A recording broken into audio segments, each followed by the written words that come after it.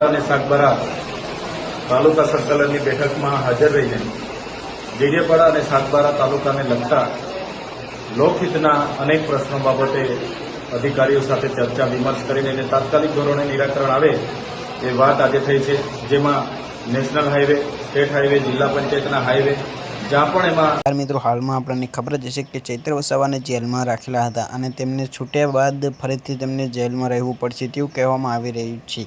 તો મિત્રો આપણે વાત આગળ જાણીએ કે શું એની પાછળની ઘટના છે। તો વિડીયોને જોતા રહેજો, વિડીયો ગમે તો લાઇક કરી દેજો અને ચેનલ પર નવા તો ચેનલ સબસ્ક્રાઈબ કરી દેજો।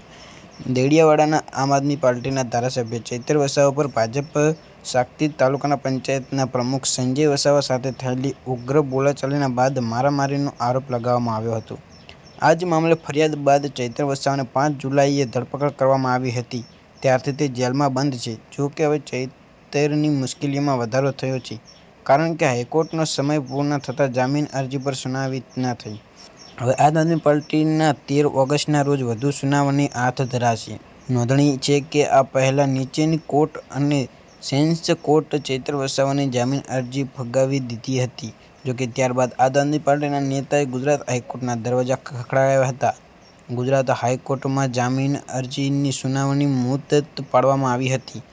કોર્ટે જામીન અરજી પર તાત્કાલિક ચુકાદો ન આપતા 5 ઓગસ્ટ સુનાવણીની મુદત આપી હતી। ત્યારબાદ આજે 5 ઓગસ્ટ પણ આમ આદમી પાર્ટીના ધારાસભ્ય ચૈત્ર વસાવાને રાહત નહીં મળી, કારણ કે ગુજરાતના હાઈકોર્ટના સમય પૂર્ણ થઈ જતાં જામીન અરજી પર સુનાવણી થતી નહીં હતી। 13 ઓગસ્ટના રોજ વધુ સુનાવણી હાથ ધરાશે। ગત 5 જુલાઈ ચૈત્ર વસાવાને જેલમાં બંધ છે।